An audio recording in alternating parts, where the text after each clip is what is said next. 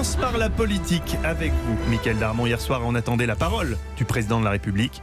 L'allocution présidentielle a finalement été reportée. Et oui, hier à 19h, la vie politique du pays s'est comme figée, mise entre parenthèses. Dès que l'Élysée a pris connaissance de l'incendie à Notre-Dame de Paris, eh bien, la décision a été immédiate. Il fallait reporter la déclaration, l'allocution présidentielle. Il faut dire aussi qu'elle était enregistrée depuis 18h30 et il eût été impossible d'envisager que le président puisse diffuser ses propos sans évoquer le drame qui se déroulait. Donc bien évidemment, il fallait donc l'annuler. Le président s'est rendu sur place. Je suis triste de voir brûler une part de nous, a été sa première déclaration sur les réseaux sociaux et immédiatement l'émotion s'est emparée également de tout l'appareil d'État qui s'est rendu également au chevet de la cathédrale. Donc on avait le chef du gouvernement, le président de la République bien sûr, de l'Assemblée nationale et beaucoup de ministres. Une union sacrée en une heure s'est formée, union nationale sans couac, peut-être à part donc Jean-Luc Mélenchon qui a demandé à Emmanuel Macron de se taire pendant 24 heures. Mais enfin, on retiendra aussi ses propos très forts, férus d'histoire. Notre-Dame est un membre de notre famille, c'est notre récit,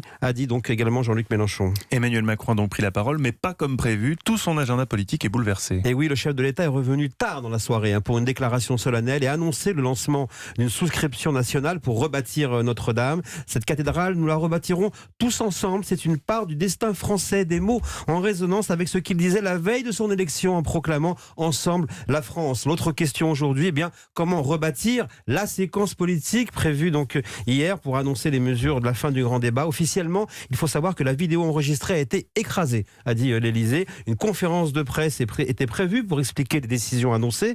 Alors, est-ce que tout va être rassemblé justement en cette conférence de presse cette semaine? La décision est délicate parce qu'à partir du moment où le président décidera de reprendre son agenda politique, ce sera également la fin du moment d'émotion nationale autour de Notre-Dame de Paris.